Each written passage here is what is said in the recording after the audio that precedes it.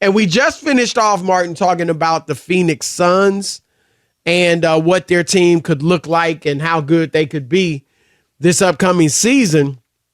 And they're not done, or at least they're giving that perception off. We know they have to add some average players, but they're still talking to big boys. And one of them being Kyrie Irving, the free agent. Chris Haynes, friends of the show, reported today that they are going to meet with Kyrie. This, to me, is Kyrie Irving trying to drum up a market that really doesn't exist for him. And the Phoenix Suns saying, we'll play along. We don't mind messing with the Mavericks a little bit. We don't mind. Look, the perception, we'll put it out there that we helping a brother out. We player friendly. Right. If you want to go to a franchise that understands the player, that's us. So I think that's really all this is, because barring a sign and trade, they have no way to get Kyrie Irving other than offering him like the veterans minimum of a couple $1 million. So come on, he needs loot. I mean, he don't need it, but he's lost a lot of money over the years. So he wants loot, and rightly so. So this is, to me, a much ado about nothing, Martin. Do you think this is in any way, shape, or form real? No, I don't. But, if you had asked me, 3 days ago or 2 weeks ago. Before they got Beal? Yeah, I would have been like, no, there's no way they could do that. The second apron is going to be too, restrictive and the hard cap and all this. And part of me just is wondering now. That's why I was asking Eddie about the new owner syndrome, right? You saw Joe Tsai buy the Nets, and all of a sudden they're making big-time moves. KD's on the move. Kyrie's on the move. Now we see Matt Ishbia buying the Suns. They're making big-time moves. Part of me wonders if he's just going to pay the tax, right? Like, we talk about these taxes. You still can't get Kyrie.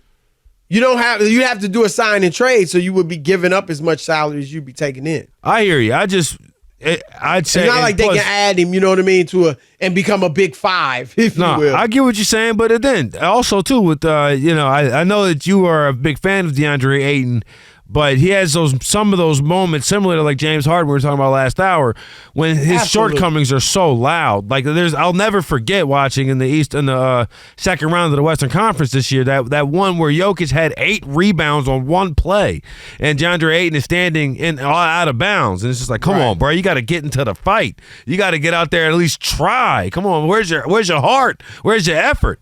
But so it's some of that, I think it plays in. But hold on. So let's stay there for a minute, because I understand DeAndre Ayton's limitations. What I'm saying is, bruh's a fourth option. Sure. Like Andrew Wiggins wasn't great as a number 1 or number 2 option in Minnesota. When he became that third scoring option but fourth best player in Golden State, dude was nice. Andre Iguodala. Let's not forget when he was the number 1 option in Philly. I mean, they were okay. Sure. But when he went to Golden State and he was like a role player, he was great. And so I think Ayton, if his mind is right, and that's an if, then he can be right. But let me throw this out at you. Since you brought Ayton up, like I'm a big fan, but you not. Are you telling me that you would think about, heck, you might just say I'd outright do it, Chris, trade DeAndre Ayton for Kyrie Irving? Because you could do that. Well, I think the Mavericks would want to do it. It'd be good for the Mavericks. If I'm in the business of trying to win postseason games, I'm not trading for Kyrie Irving at all, because I don't know if he's going to be there. And the thing that we have seen in the last few years is continuity wins. As soon as we saw that Denver got their players back, what happened? And you saw it. They were together. They walked through the playoffs. Continuity is what ends up winning. You look at the Golden State Warriors through the last few years with them, and then you look at what LeBron and what he had going on.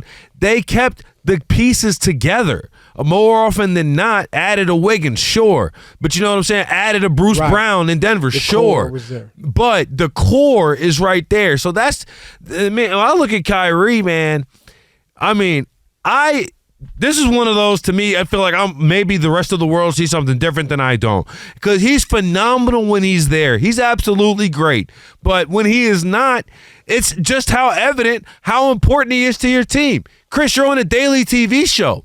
If you showed up, you got to be on TV like 300 days out the year. Right. Something like that. Right. If you only show up 175 days out of 300, even if you are the best of all time, it doesn't matter because we don't know if you're going to be there or not. Absolutely. So that's where it's like, no, man, I can't trade for Kyrie. Like, you wanted me to move on? Like, no chance I'm moving on for Kyrie. I think everybody agrees with you, and that's why there's no market for him. Yeah, so this dude, I think, I don't know if you agree with me or not. Hall of Famer. Yeah. One of the baddest individual players of this era. Oh, yeah. Hit one of the greatest shots in NBA history. And I think Martin will go down as an icon. Like, players love him because he's so skilled and great. I think he's the best ball handler in the history of the league. And I think 20 years from now, people will remember, man, that dude, Kyrie, was nasty. No, and so but you're right. I'm with you. If I'm Dallas, I would give him 2 years probably just to be nice. But I really only want to guarantee him 1 year. And then the team, and let's see how it goes from there. And I get that you have to make Kyrie happy so at least he's in a good frame of mind. And I understand that. But what's he going to do? Take the veterans minimum of $2 million or so, or $3 million or whatever, to go play in Phoenix? Take that to go play somewhere else? Like, they have the leverage. And again, I'm not saying I definitely wouldn't give him 2, but Martin, to me, Kyrie got to prove it to me that he's going to stay healthy, that he's going to stay distraction-free, that he's going to show up when he's healthy, and that we can win with him. Because remember, they went 5-11 with him last year. That's my thing. If I'm Dallas, I'm probably in the business to give it 2 years, if nothing else, because, hey, I know I got a generational guy in Luka. We got to pair him with something. We got to make something work. And like you said, 5-11 in the 16 games that they played together, but Kyrie did lead in fourth quarter scoring when he was there. I can make it make sense in Dallas, especially because we've already traded. Maybe I don't mind throwing a little bad money after good, right? If we already made this deal, this is our bed. We might as well just try to, maybe get a better comforter than trying to get a new mattress and bed frame, right? But if I'm somebody else, like if I'm Phoenix and I want to move on from DeAndre Ayton, I'm not looking at Kyrie for it. I need bodies. I need defense. Right. And then just look at the history, Chris. I remember sitting across from you at Founders Bar on Pico Boulevard many, many years ago, 2017, I think. And Kyrie got hurt when he was a member of the Celtics. And you were like, they're done. And I said, Terry Rozier is not a bad guy. He'll be able to fill in for about 30 or so games. And sure enough, that team reached a level of success that, probably conference final would have been the same, right? If Kyrie was there. Well, and then when he came back the next season, they went out in the second round. Exactly. It goes boom, right? And then you see what happened in Brooklyn, and then you see what happened in Dallas. At this point, I got to look at the prior relationships that they have that this guy's been in with his teams and say this may not be the best interest. Like, I don't think it's a great move to win just based off the history of the last 5 years since LeBron. I absolutely agree with you. And like I said, I think Phoenix is doing him a favor. And that's another reason, like, look, Kyrie could make more money. If he just comes out, even if he's offered a 1 or 2 year deal, it'll probably be 2 years. They might give him 3. I'm not saying they definitely won't give him 3. I wouldn't give him 3. Because if it goes bad, like even if he's a good soldier, but y'all just still losing, it's clear he and Luka aren't a fit. I'm stuck with him. Because I got 3 years of him guaranteed. And on top of being stuck with him, because it's going to be hard to trade him, now Luka might be upset. I'm about to say, that's the benefit right there, because if they are a bad team and he is a good soldier, maybe the 2-3 years. I mean, like I said, I'd lock him in for 2 if possible, with a decent number. I'm not trying to disrespect the guy. I would max him. I would max him for whatever years I give him. I would max him. Yeah, that's what. So okay, so there you go. But not for 4 years. But I'm saying if I give him 1 year's max. 2 years is max. So I can't. So at 2 years right there, I'm good with it. But at 3, if your scenario plays out, maybe the trade value does go up because players around the league. If he's a good soldier. That's what I'm saying. He's got to be a good soldier first. So if you're not afraid of that, then go ahead and lock him in. I just think that if you think that Kyrie Irving is going to be there punching the clock from 9 a.m. to 5 p.m. 5 days a week, 52 out the year, you got another thing coming. You know, like that's best of luck to you, pal. I got an island in Manhattan I can sell you. You know, it's just not happening. Nah, I mean, and that look, but he's got to show that. And that's why I'm not sure that the 1 year deal is as disastrous as some people think.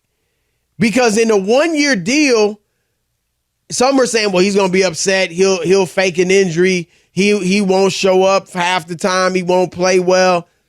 Well, what kind of deal is he going to get the year after? Look, with anybody. Here's the thing. If he's put in that situation, he has no choice but to go out and play well and be on his best behavior. If you're telling me that you sign him to a 1 year contract and we do all these different words and dance around it, but let's be honest, if he did that, he'd be unprofessional. Right? So if you're going to go ahead and assign you to a contract, and then you're going to be unprofessional about it, well, no matter how you go about it, fake an injury or, go to your sister's birthday party or, whatever, if you're just going to be unprofessional about it, then I'm perfectly good signing you up for 1 year because now I can get out. That's my point. Yeah, so if it goes bad, I can get out. If it goes good, we'll gladly sign you, for a longer deal than the following summer. That's why I think 2 years is a sweet spot for Dallas. I wouldn't be if I'm Phoenix looking at what I just put together with this big three. Hell no. And I don't even know if this would be possible. Well, he's got a no trade clause. But let's say if it were possible to trade Kyrie for Bradley Beal, I wouldn't do that either. No, I wouldn't do that. Because, there was talk before the Beal trade of maybe Kyrie and Phoenix, which I would have been open to. Devin Booker, Kevin Durant, Kyrie Irving, DeAndre Ayton. But I'd rather have Beal because at least I know he's going to be professional and I'm not going to have any problems with him, as far as off the court.